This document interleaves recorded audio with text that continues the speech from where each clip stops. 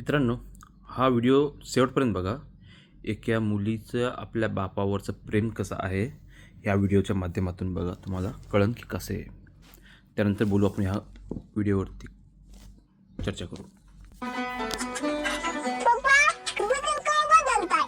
बनेल होय, बदलतो की बाळा. आता पगार होणार आहे ना, पगार झाला की घेणार आता नवा बनेल.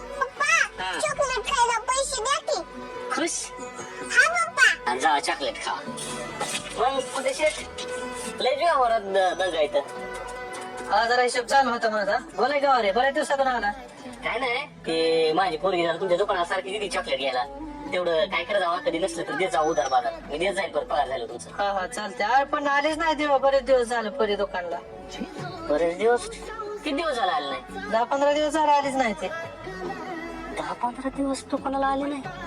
माझ्याकडून चॉकलेटला पैसे. बरं येऊ का? उशीर होतं मला. जे कोणी नवीन असेल लाईक करा, शेअर करा, सबस्क्राईब आणि फॉलो करा. आला शाळेत ना बाळा. डोळा जा का? काय बाबा?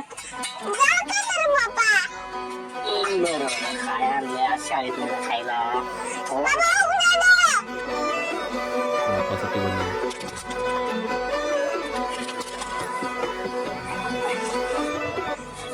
बघितलं का प्रगती?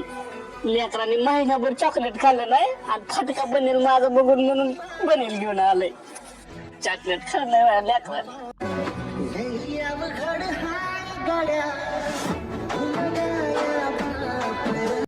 मित्रांनो, हा व्हिडिओ बघितल्यानंतर मलाही रडू यायला लागला आहे.